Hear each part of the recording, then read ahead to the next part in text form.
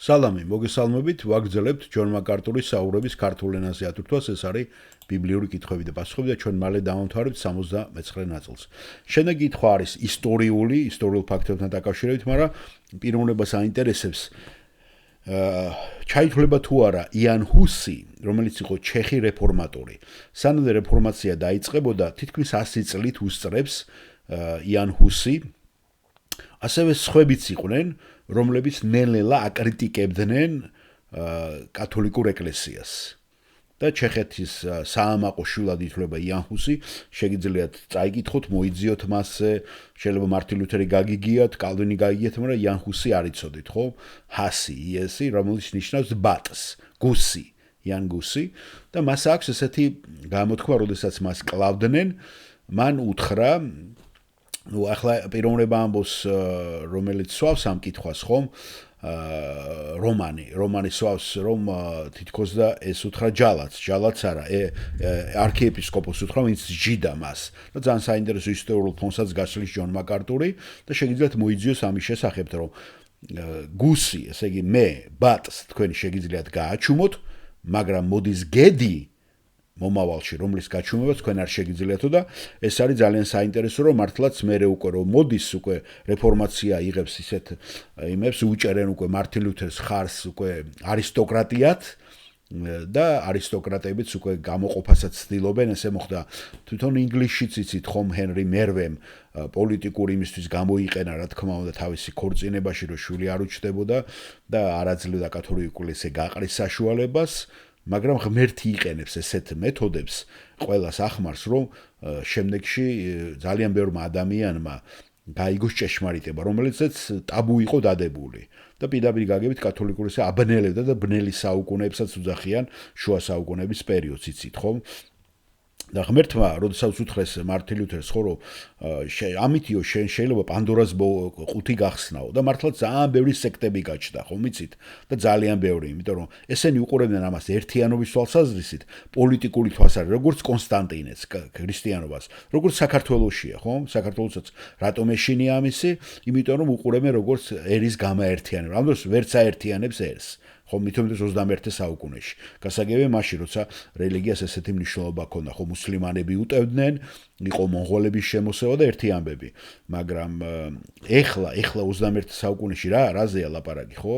შეიძლება ამ ბნელმა რელიგიამ, ნაციონალურ რელიგიამ ქართველები გადაარჩინოს. პირიქით ხდება ეს და ნახეთ ისტორიას თუ კარგად შეისწავლით, ძალიან მნიშვნელოვანი ეტაპები გაიარა ევროპამ, სისხლისღვრები იყო, როგორც რელიგიური ომების, ასევე ცვლილებების განმანათლებლობა, რენესანსმა აღორძინება.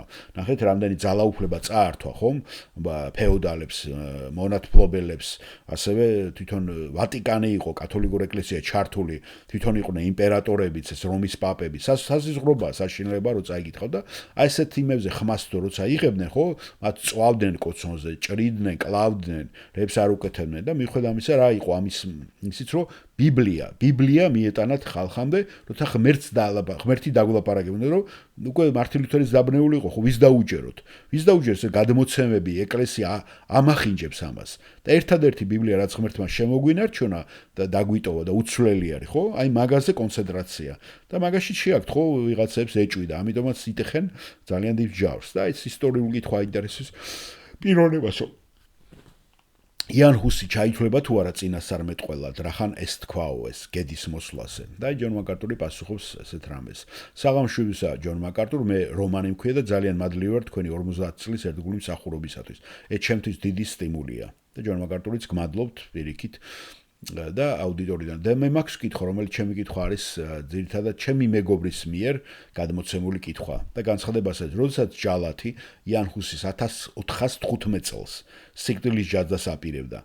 მან მას უთხრა, რომ 100 წელიწადში გედი მოვა, რომლის გაჩუმებასაც ვერ შეძლებთ წმინდა წელის ჭეშმარიტებისა და უცნობლობის დაცვის საკითხში. მარტინ ლუთერმა როგორც ჩანს ეს წინასწარმეტყველება აღასრულა, მაშინ კითხვა ასეთია: ქონდა თუ არა იან ჰუსს წინასწარმეტყველების ნიჭი? არსებობს თუ არა წინასწარმეტყველების ნიჭი? არსებობდა თუ არა იმ პერიოდში და არსებობს ნიჭი ახლა? დღევანდელ დღეს. შეიძლება არ არის გამორიცხული, უფრო პენტაკოსტელი მეგობარი ყავს ამას, რომლებსაც უყვართ ხოლმე ესეთი რაღაცების დღეს ძებნა, ხო, სულების ენებზე საუბარი, განკურნების ნიჭი და აი წინასწარმეტყველების ნიჭიც. რომელსაც ჯონ მაკარტური კატეგორიულად არ ეთანხმება, ხო? ხო ჯონ მაკარტური პასუხობს, ეს დამოკიდებული იმაზე, თუ რას გულისხმობ თამაში. ქადაგების ნიჭი არსებობს, მომავლის წინასწარმეტყველების ნიჭი კი არა. მაგრამ იან ჰუს არ ამგონია, რომ ეთქვას 100 წელიწადშიო. ეხლა ზუსტად არ მახსოვს, მაგრამ არ უთქვია. მარტინ ლუთერი 68 წლის შემდეგ დაიბადა, აუდიტორიდან რომენი ახსენებს. ეს ვიცი, მაგრამ არ ვიცი იან ჰუსმა თქვა თუ არა 100 წელი და ზუსტი დრო განსაზღვრა თუ არა.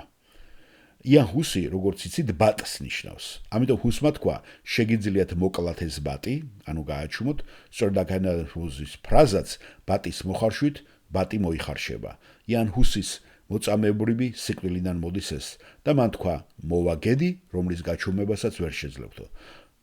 თუ შუა საუკუნეების ხელოვნებას დააკვირდებით, ხშირად ნახავთ ჰუსის დახატულ სურათს, ეს არის ჰუსის სურათი, ნახატის ნაწილში და ლუთერის სურათიც. ხოლო ჰუსის უკან ბატია, ლუთერის უკან კი გედი.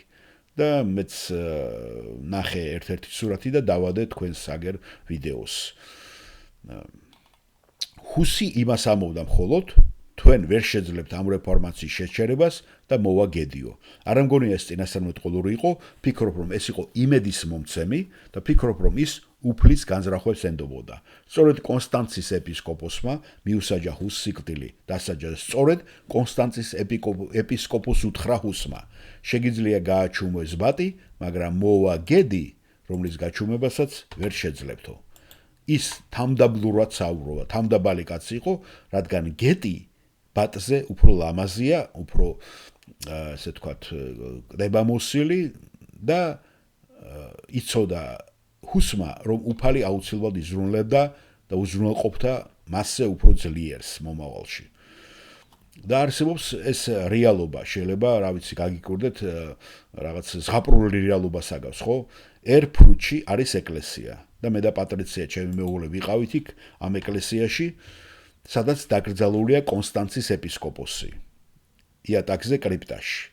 როდესაც მარტინ ლუთერი ამ ეკლესიაში აკურთხეს ბერად, იცით ბერებს რომ დააწვენენ საქართველოში ესეა ხომ, იატაკზე დააწვენენ ხოლმე. ეს კონსტანცის ეპისკოპოსის საფლავზე დააწვინეს. ზუსტად იმან, ვინც დასაჯა ჰუსი. ასე რომ საოცარი ისტორიული ეს დამთხევა თუ შემთხვევითობა ღვთაებრივი, ლუთერი იმ ეპისკოპოსის კრიპტაზე აკურთხეს, რომელმაც ჰუსის სიკვდილი დასაჯა.